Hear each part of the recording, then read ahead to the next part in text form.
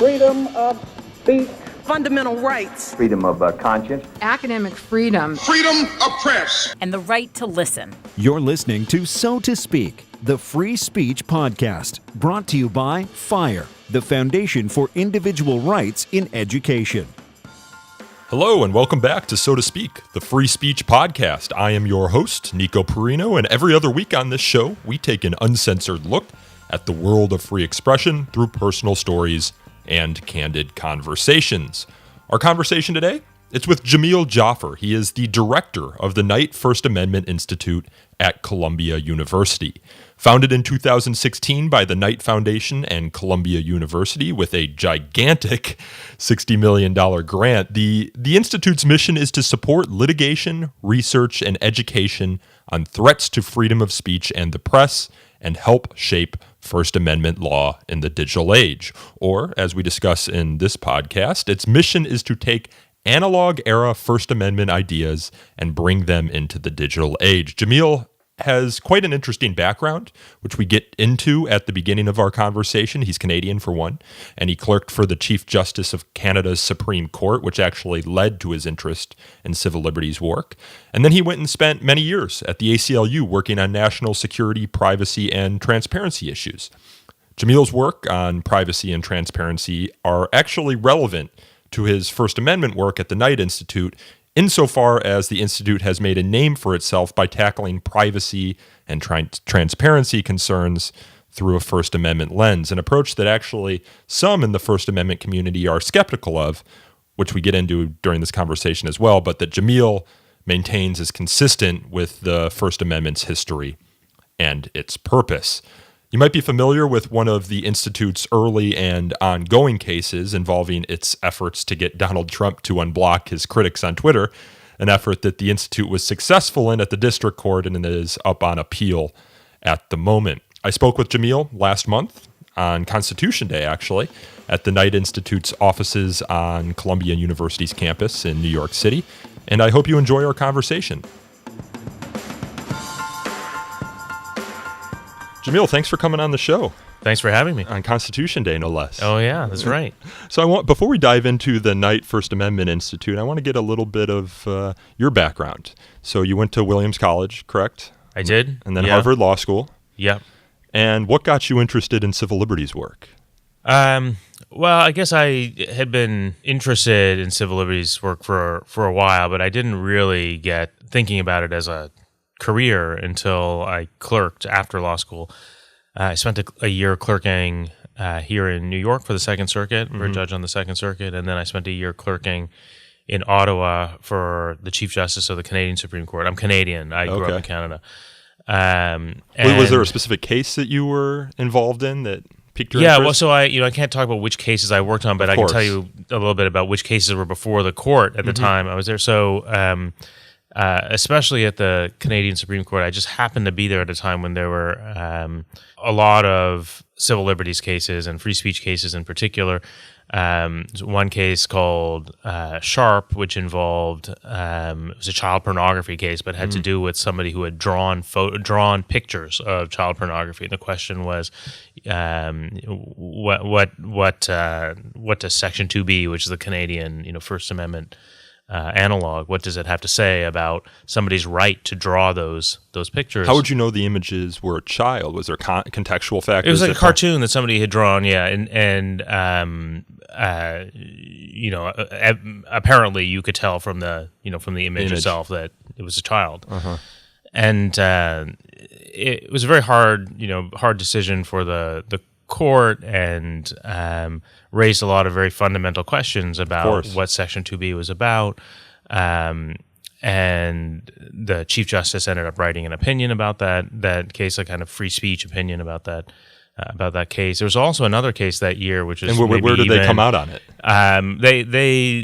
They came out. They had a free speech opinion that used the phrase "a mere articulation of thought can't be criminalized." And they characterized this cartoon as this comic as a I'm not sure that's the right word, this drawing as a mere articulation of thought. There was another case involving refoulement, to torture, sending refugees back to a place where they would be tortured, had to do with a Tamil refugee from Sri Lanka.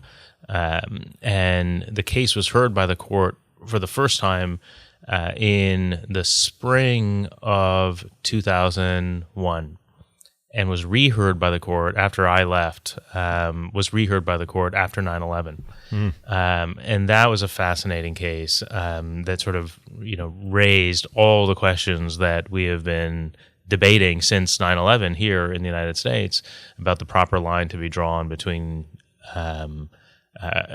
what limits human rights principles place and should place on the government's power to do things in the name of national security. So those cases, were fascinating cases and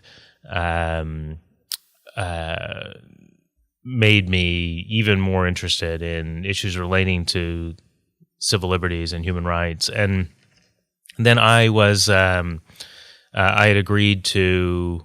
I'd accepted an offer at a law firm here in New York, a big law firm, and were you hoping to stay in Canada?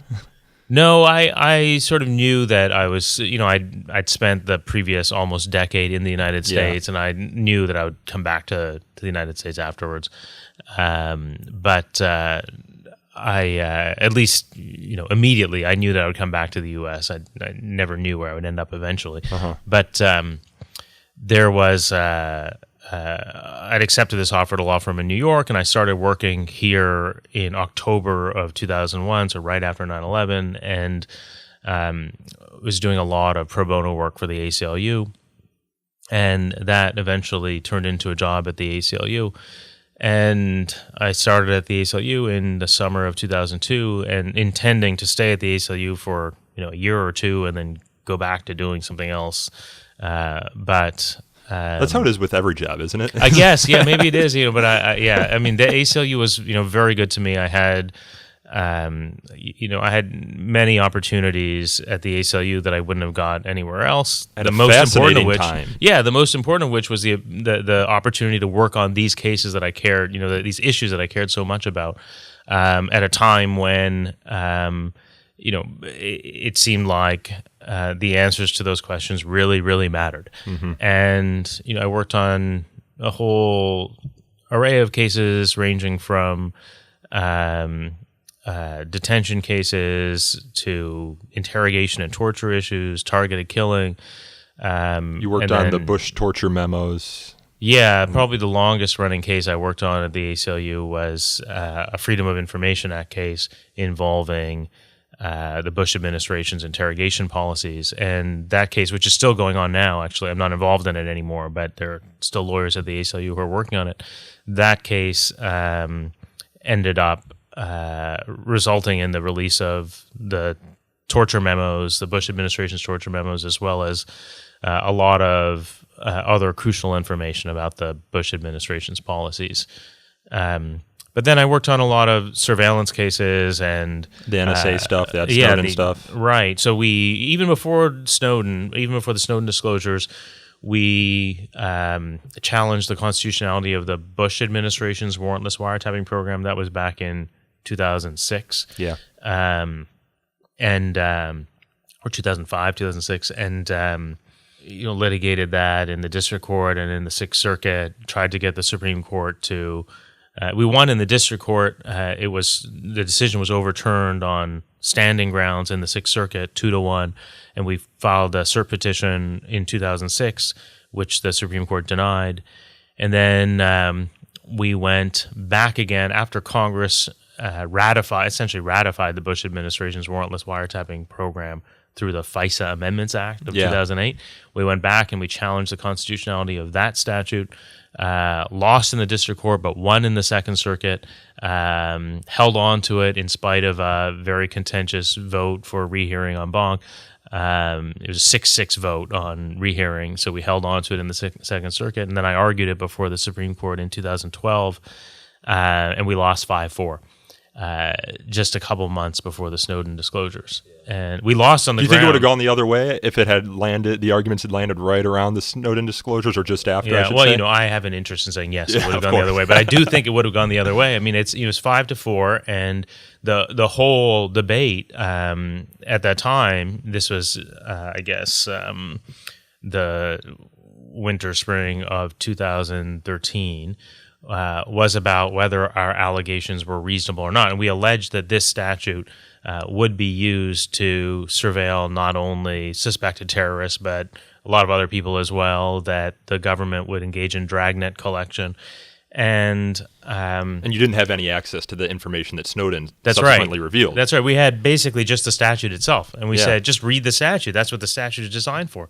And 5 justices of the Supreme Court said, ultimately, you have not established with sufficient certainty that this kind of surveillance you're describing will take place. And then just a couple months later, Snowden disclosed what he disclosed, and we learned that the surveillance was actually much, much broader than we had ever thought it could be. Yeah, it could be. So yes, I think it would have gone the other way, but who knows? We were involved in post-Snowden litigation over surveillance, including a challenge to the NSA's call records program, which involved the mass collection of Americans' call records. Every time you picked up the telephone, the NSA was essentially making a note of at what time you picked up the phone, who you called, how long you spoke to them for, every single domestic phone call. And we won a ruling from the Second Circuit that program was unlawful, and they eventually retired that program.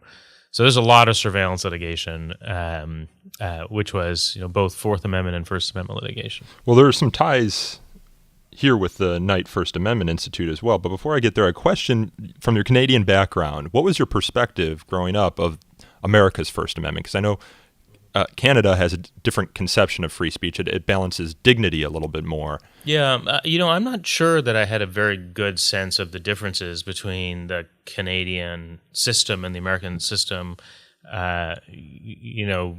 before I became a lawyer. Of course. My sense was that free speech was protected in Canada and free speech was protected in the United States. I think that there's a very good argument that that's true. That's largely true. I'm not somebody who thinks that, if we reinterpreted the First Amendment to exclude the protection of hate speech narrowly defined, the First Amendment sky would fall. I think that there's room for reasonable disagreement about where those lines should be drawn. My instinct is to favor the American approach over the Canadian approach, but I'm not sure those are the most important questions. To me, the more interesting questions right now, the more important questions right now are not about that particular boundary, but rather about how we treat things like the chilling effect of surveillance, or how we deal with the privatization of the public square. Those questions seem to me much more important to whether we will be able to continue to say that free speech is protected. Mm-hmm. Well, the hate speech and political speech questions, often those go before the high court. They're 9-0 decisions, so they're not as contentious or open questions as some of the things that you and the Knight Institute are working on.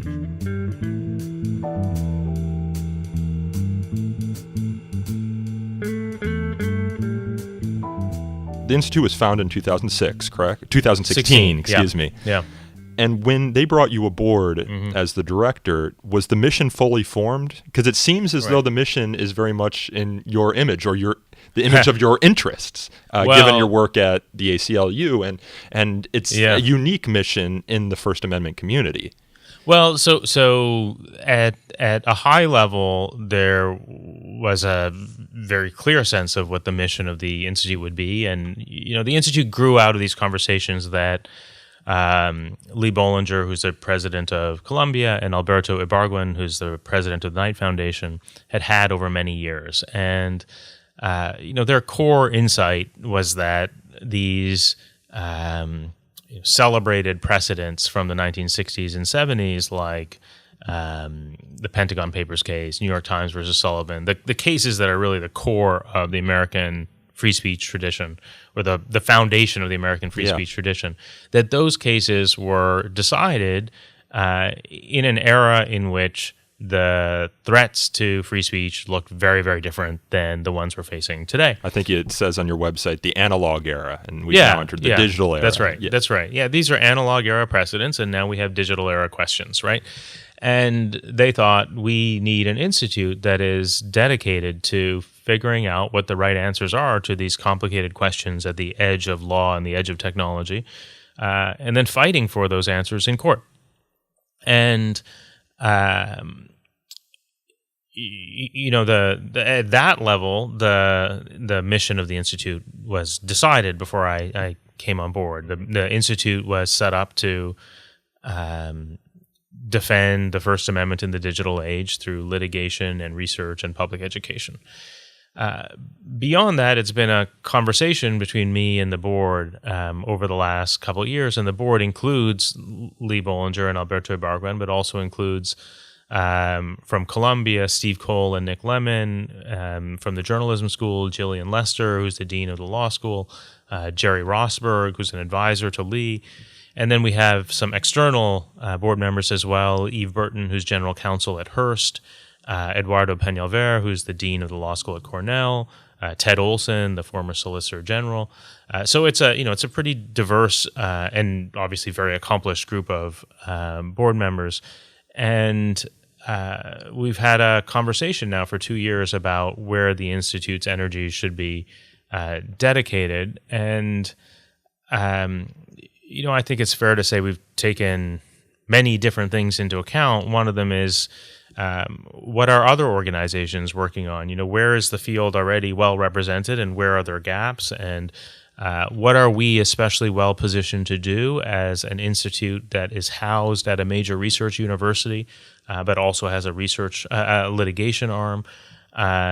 What are the talents and backgrounds of the staff of the institute? As you alluded to, my own background is as a national security lawyer who's done a lot of work on privacy issues. So, our docket reflects that too. But then there's also the fact that the world, presents us with new challenges every day, and we are, responding to what the world presents. So, maybe our most significant piece of litigation so far, certainly the one that's received the most attention in the press. It's also your first case. I know where you're going, right? Yeah. Well, so it was not actually our first case, but it has got so much attention that people, assume that it was our first case. Yeah, we did cases before that nobody paid attention to. Whoever your comms director is great, because you go to the cases page on your website and it's right up at top. Like they know what people are going for. Right. Well, yeah. So we challenged President Trump's practice of blocking critics from his Twitter account. And everybody loves talking about Twitter. Everybody loves talking about Trump, or hates talking about Trump. And this is a fascinating First Amendment question about, is it fair to characterize public officials' social media accounts as public forums under the First Amendment? Are these the digital age equivalents of town halls and city council meetings?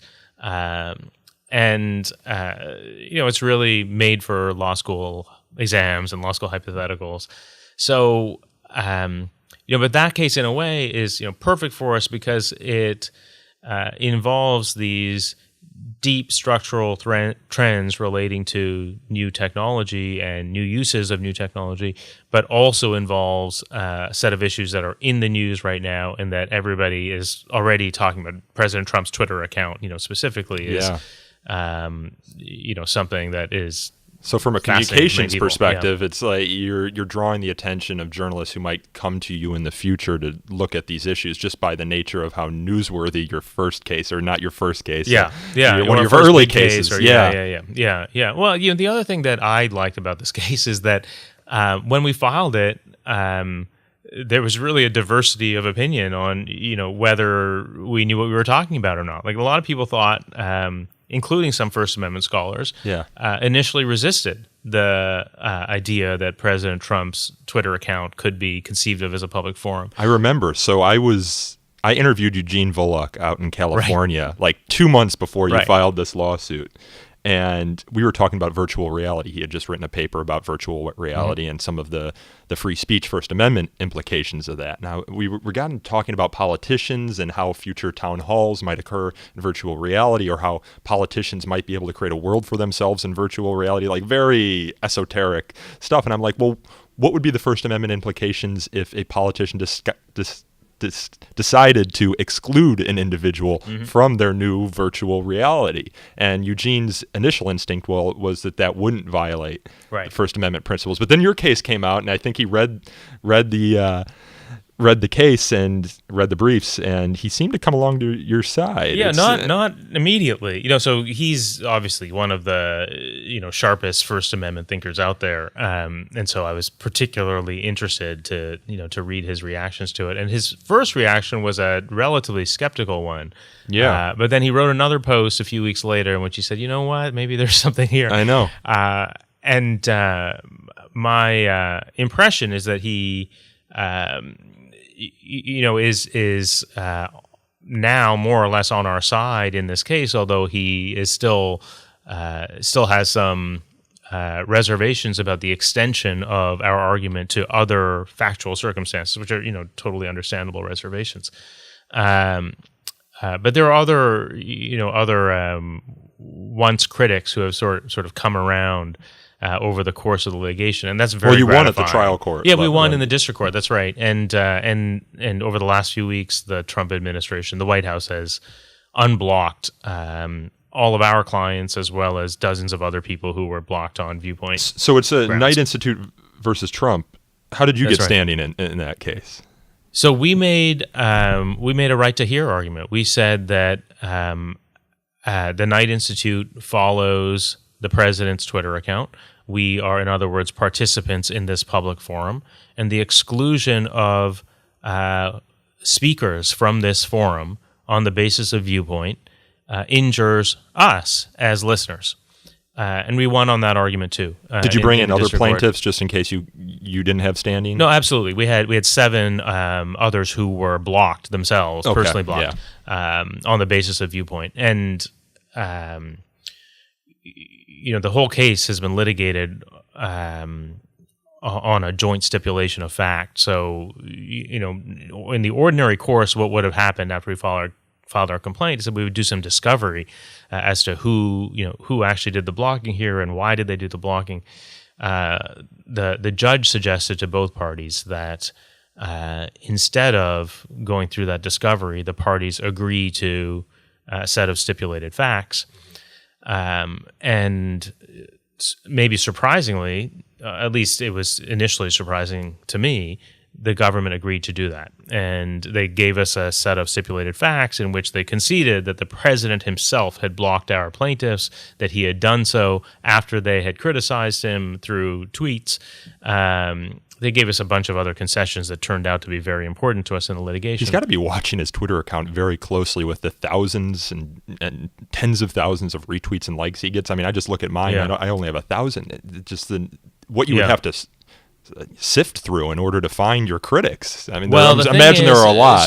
So there are a lot of critics, but the reason he blocked our plaintiffs is that they weren't just critics, but they were their criticism was popular. So they criticized him, and then other people liked or retweeted their criticism, which put their criticism at the top of the president's feed. Yeah. So when President Trump opened up his Twitter account in the morning, he saw, his own tweet from yesterday, and right under it, he saw our client's criticism of him. Yeah. Which got 3,000 likes or something like that. And that got him apparently sort of riled up, and he blocked them. But anyway, the whole case so far has proceeded on that basis, and now the government has unblocked our clients as well as dozens of other people, but it is appealing the decision below. So we're in the Second Circuit now arguing over the constitutionality of this kind of blocking, even though, during the pendency of the litigation now, our clients will be able to participate in the public forum. Has oral argument been set yet? Not in the Second Circuit, no. I would expect probably early December or something like that. So how do we sift through the question of there are official Twitter accounts for the president, and then there's his Twitter account that he had as a private citizen for years. But if I understand your argument correctly, he uses that to make public policy announcements. Therefore, it comes within the aegis of the federal government, is therefore subject to the same sort of requirements of the First Amendment. If he was not doing that, if he was not making public pronouncements on policy issues on his personal Twitter account, would that still be a First Amendment concern for you? No, it wouldn't. For us, it's not about whether you call it an official account or you call it a personal account. It's a functional question. How is the account actually used? And what matters to us most in this case is that the president uses the account almost entirely for official purposes. He uses the account to announce new government policies, to defend government policy, to announce appointments to important government offices. He engages in international diplomacy, through this, through this mechanism. If you go to his profile page, the account is said to belong to the President of the United States, and there's a big photograph. I think last week it was of Air Force One. The photograph changes, but it's always something relating to his official duties. So there's no mistaking this. If you go to his official, quote unquote, official Twitter account, it says these tweets may be archived, and the @POTUS account. The @POTUS account. That's right. But it's this account. So first of all, the accounts are used more or less interchangeably. The POTUS account will often retweet the @RealDonaldTrump account, and vice versa. And this is the account that Obama used as well. Well, not the one we're litigating. I know, but the other, the @POTUS ones. That's right. Yeah. So it changes with the president. That's right. Yeah, this one @RealDonaldTrump belonged to Trump before he became president, and presumably it'll belong to him again, after he leaves office. But think of it like a local official who had a car before he or she became a local official, and then used the car for official purposes during his or her tenure as an official. You would treat that car as, I'm not sure this is the best analogy, but you would treat that car as an appendage of the official in his or her official capacity. If the car gets in an accident, you would expect the government to be responsible for that, for the cost of the accident. This is the same thing. It's was once private property, but is now being used for official purposes, and because it's being used for official purposes, almost entirely for official purposes, it's subject to the First Amendment.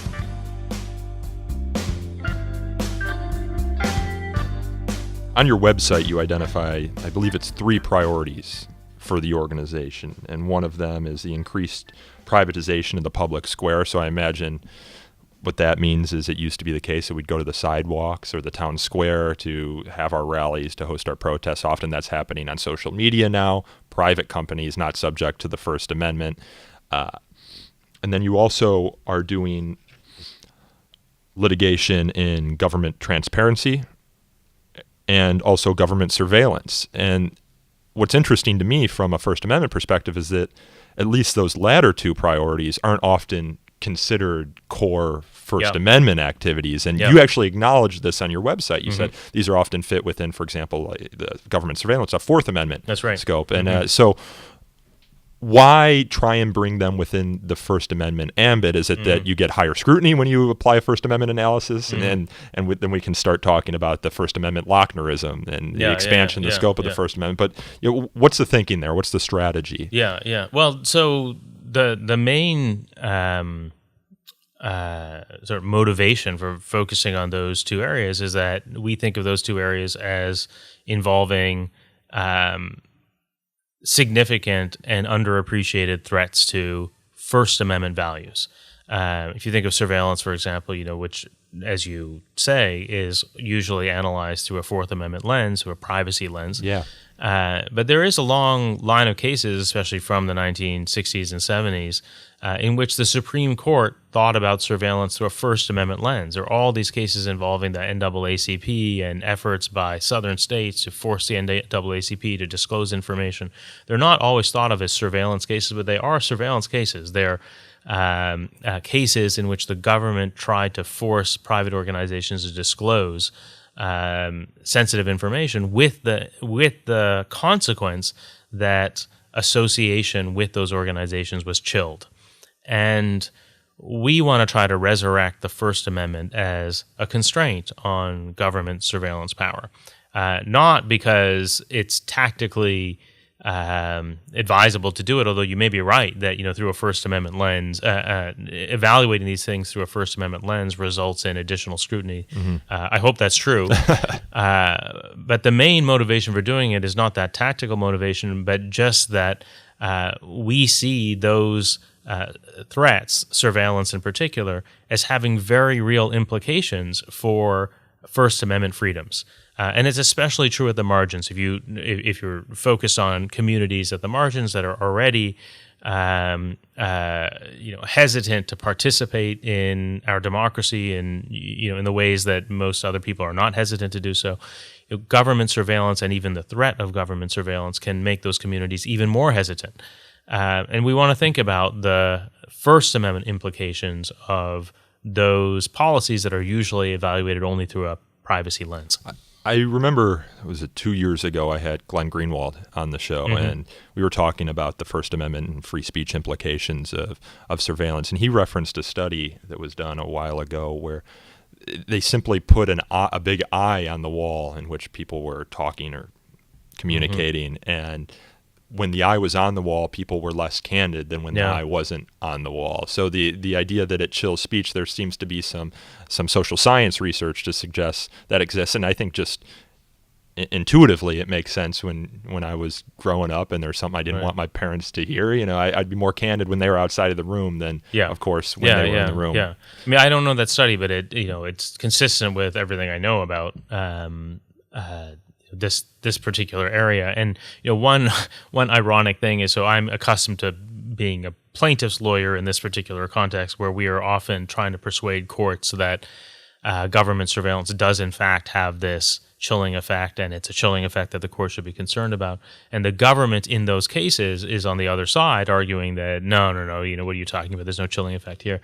But if you look at all these FOIA cases in which we're trying to get government documents about government processes that are otherwise secret, you see government lawyers making the same argument. Government lawyers saying, oh, no, you can't release this information because it'll chill discussions within the government about sensitive government policies. That's a good point. I mean, having their counsel say have these conversations over the phone because right. I mean, so especially with the deliberative process privilege, the government routinely points to the danger of chill in justifying to courts their preference to keep certain kinds of documents secret. And I just think it's interesting that you see the government sort of on both sides of this. And I actually accept the government's view. I mean, I think the government is right that disclosure in that particular context has a chilling effect, mm-hmm. that, requiring the government to disclose deliberative documents can have a discouraging effect on the willingness of government employees to have candid conversations. You have to balance that against the public good that comes from transparency. And that's actually a conversation that I've been seeing happen a lot. There was a paper put out by Jonathan Rauch and someone else about what they call radical transparency. There was a big movement for transparency in the 90s and 2000s, but there seems to be a backlash to that insofar as they say, well, it's hard to compromise now because everything that's discussed behind closed doors is now subject to public records requests or to transparency laws. And mm-hmm. and they're saying it's kind of helps supercharge the polarization we've seen in this society because you can't speak candidly about anything anymore. Right. And to the extent, backdoor deals can be bad, but they can also be good because they can allow people to not have to work through some of the issues in the public's light. So what do you make of that? That you said you have to balance it. Yeah, look, there are trade-offs here, and I think that the answer with respect to one set of proceedings or documents may be different from the answer with the right answer with respect to another set of proceedings or documents. And we should recognize that there are benefits to transparency, but there are sometimes costs. I'm not of the view that we have gone, radically too far in the direction of transparency. To the contrary, I think that overall, our problem is still one of opacity rather than transparency. But that's not to say that I think more transparency is a cure-all across the board. I think in some contexts, more transparency would be. So you're not arguing for perfect transparency in all government processes? I guess I'm arguing for perfect transparency, but perfect transparency and total transparency, I would say, are totally different things. Yeah, okay. Yeah. Fair enough.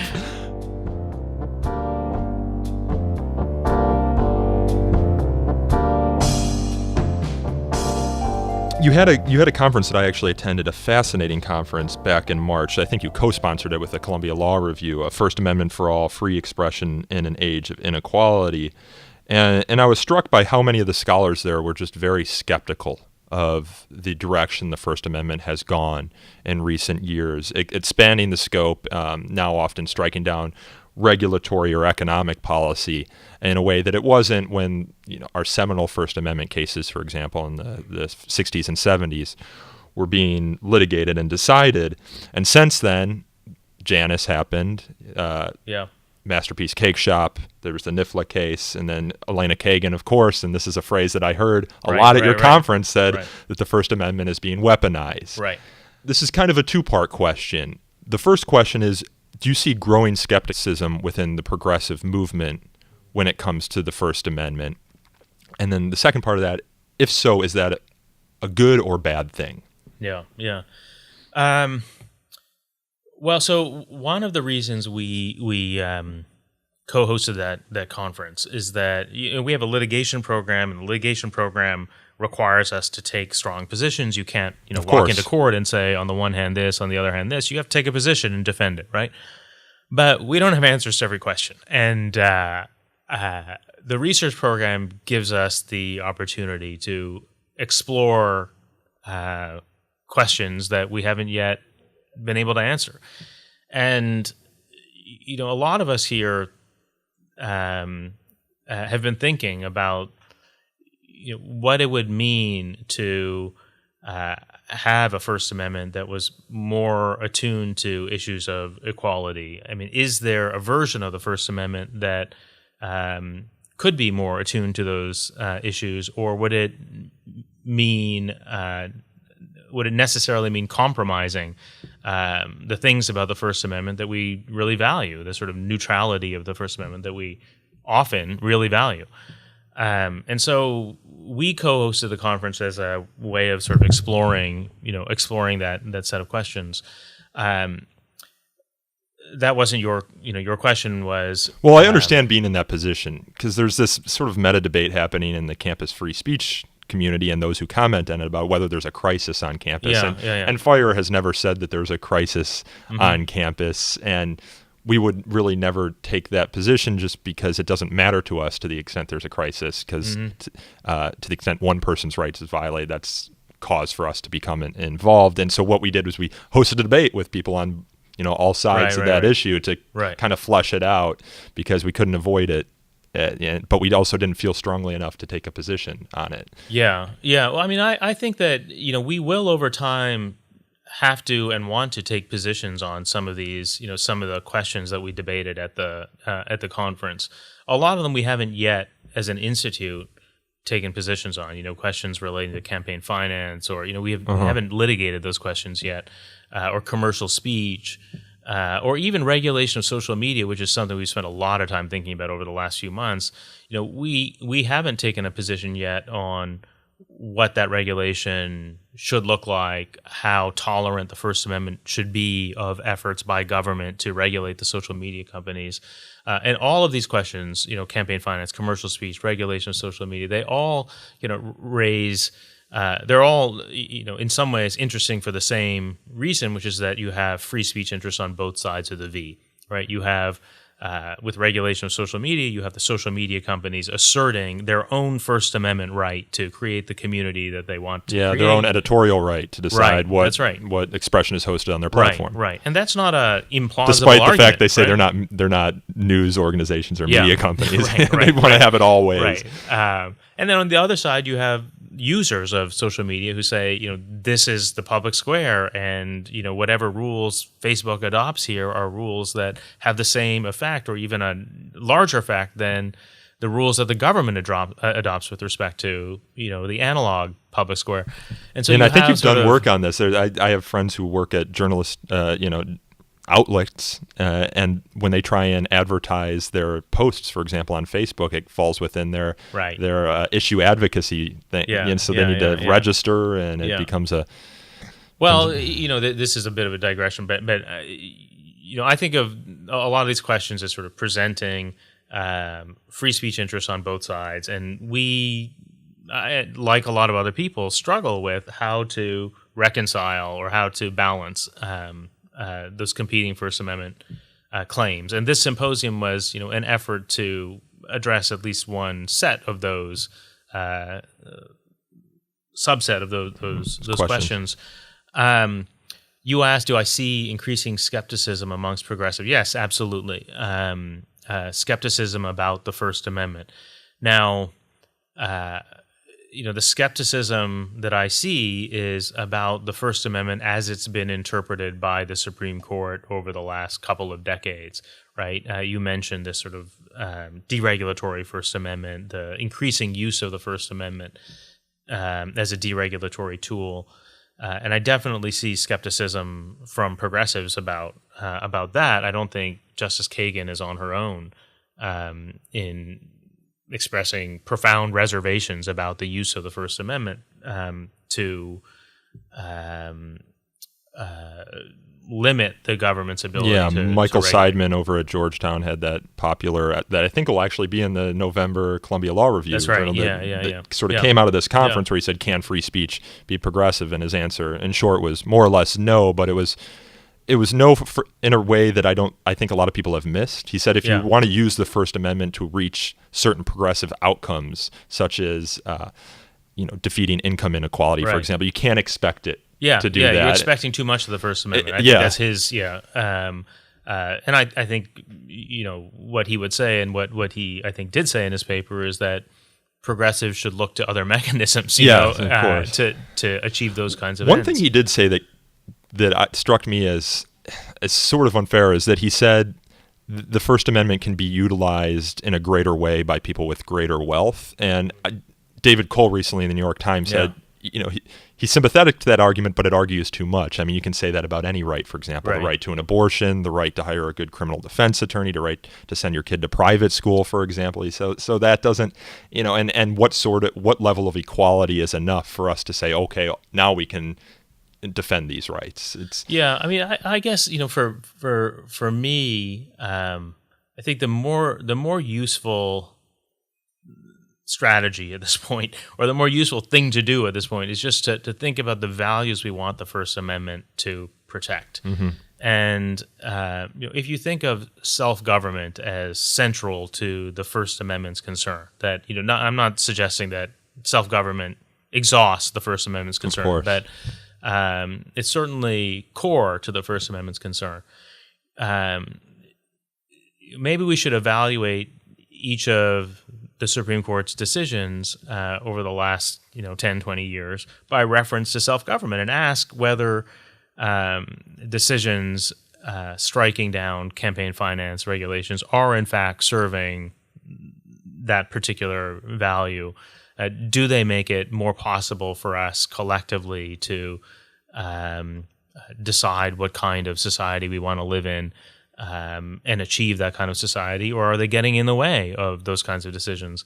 And same with regulation of social media. If you want to decide how much weight to give to Facebook's claim that it is entitled to full First Amendment protection for its editorial, quote unquote, decisions, If you want to decide how much weight to give to that argument as opposed to the argument of Facebook's users that Facebook is akin to a public square and that it should be expected to govern the public square in the way that a public square ought to be governed, well, maybe refer back to self-government. Maybe, ask the question, which of these arguments better serves that, that underlying value? Now, I'm not going to pretend that, from self-government you can go directly to a single answer. There's going to be a debate about it. But it narrows the debate to think about the values that the First Amendment. Yeah, there are multiple. There's the marketplace of ideas, the search for truth, the idea of individual autonomy, which is like the libertarian argument. Balancing or figuring out which. I think it's fair to say that virtually everybody thinks that self-government is core to the First Amendment's concern. Now, once you get beyond self-government, people disagree about how much weight you should give autonomy, how much weight you should give sort of self-expression or self-determination, or I think it's few and far between. Is the common, few and far between are the people who would argue that the First Amendment isn't important for that reason. Right. I wonder whether sort of starting from the values rather than from the doctrine might be a helpful way of approaching some of these questions.